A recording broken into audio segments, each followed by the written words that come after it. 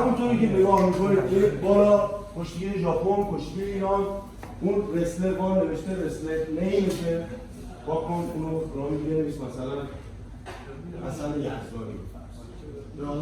ژاپن بنویس مثلا اوتوگورو بفرمایید. حالا هرچی مهم نیست ABC هم به زبان فارسی هر زبانی که دوست داشته باشید میتونید با این نمازکن کار کنید. دیکشنری که روی کشتی آبیت هم همینطور نیمش رو وارد کنید.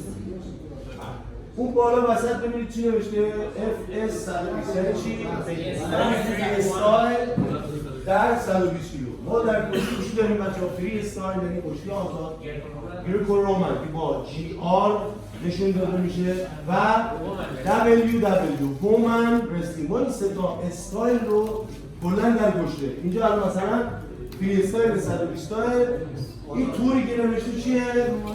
نه این تور چیه؟ آفرین این تور به شما میگه کشتی الان در مرحله به فرض یک چهارم، یک دوم، یک هشتم یا کوالیفیکیشن راوند اون تور رو به شما نشون میده. اگه تو کوالیفیکیشن باشه میذاره کوالیف. اگر نه دیگه بعد الیمینیشن رو نمی‌نویسید. فقط کوالیفیکیشن رو می‌نویسید.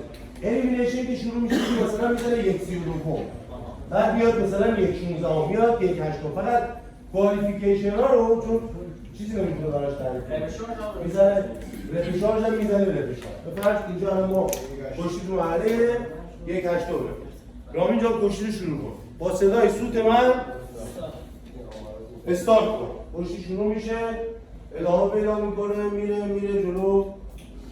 آقا من سوت میزنم الان قطع میکنم با صدای سوت دوباره کشتی قطع میشه. مجددا با صدای سوت من شما استارت میکنید. خب حالا اونجا اگر نگاه کنیم ما 4 تا راکت داریم. راکت 1 2 4 5 1 2 4 5. خب قرمز الان خاک میکنه یه دوتا میدی به قرمز. بچه‌ها کسی که پشت اسکوربورد میشینه زیر نظر کی کار میکنه؟ کلیه بعد به هیچ وجه حق نداره اسکوربورد. ببینید بچه‌ها اسکوربورد تو کشتی شاید خیلی فکر کنن نیست ساده‌ای ولی منشأ خیلی از حوادث یه صحنه فن انجام میشه مثلا تو چند ثانیه آخر یو داور از دست میزنه نشون کار بده بالا اسکوربورد هم که کار میکنه سری کار میکنه بازی داده تو رشته هم نظرش دوه چهاره رو میندازه بعد یو جنگاله پیش میاد و تو میخوای اینو پاک کنی یا بکنیش تو با 1000 جور در سرای پشت رو تمام کنی. یا همین قطع و بحث کردن ها توی صدام ثانیه ها میتونه تو سرنوشت یه کشتی تاثیرگذار باشه. علی من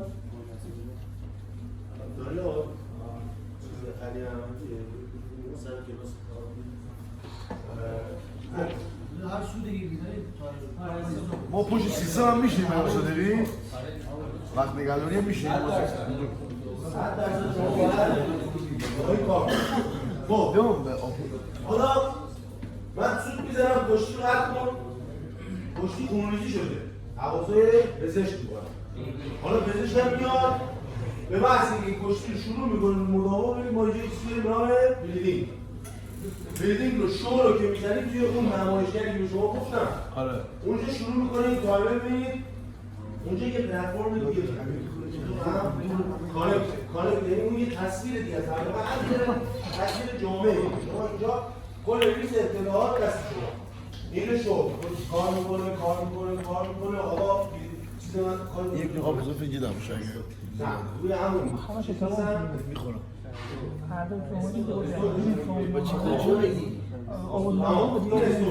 زمانی که اینو رسوب زد اون اتوماتیکا اون دوباره از صفحه چیز خارج میشه دوباره میره شروع میشه تایم به اون باز خروجی شروع میشه کار کنیم اینو میزنیم ببین تایم بلیدینگ اینه به محض اینکه این به 4 دقیقه تموم این صفر شد شما میاد کشتی چی میگید چیز کشتی رو ادامه میدید کشتی رو ادامه میدید ولی بعد از اون که دیگه تایم صفر شد دوباره خروجی شروع شد دیگه کشتیگیر نمیتونه ادامه بده. بعد توی جدول مسابقه ویژه ویکتوری بای اینجوری مسئولیت.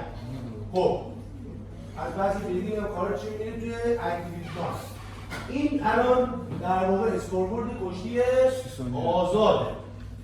خب اولین بار من بلند می‌کنم، دستم بلند می‌کنم، ترکیبم از بازی اشتراک می‌گیرم، سود می‌زنم. تذکر اول. فکر کنید کشتی آدم بزرگسالان با باند قرمز یا کشتی میره جلو، دوباره بلند می‌کنم، توازن گرفتم، صبر می‌کنم، کشتی رو نگاه می‌کنم، کشتی شرایط نرمال باشه، فنی دست کسی نباشه. حالا اولی رو که چیز کردیم دیگه چیز هست شده نه؟ به بارانی دیگه نداره. دوباره ریستش کنی. حالا نمیدونم با چیز کنه ولی این قبل اینکه چیز اون اکتیویتی رو می‌بینید اون یه مرحله قبل‌تر از اینم داره که نوشته وربال. اولین وربال که دیدی اول باید روی وربال کلیک کنید. بعد اتوماتیک صفحه اکتیویتی فعال میشه. حالا فکر کنید مرحله اولش رو می‌کنید. مرحله دوم من اکتیویتی رو فعال کردم. چیکار می‌کنی؟ شو رو می‌زنی. این شو رو که بزنی حالا استارت رو بزن. نه. استارت اون نه. استارت مسابقه. استارت اون آخر. ببین این الان توی اون پلتفرمه با رنگ زرد برای قرمز دقیقاً باند قرمز اون فعال میشه تایمش داره میاد پایین.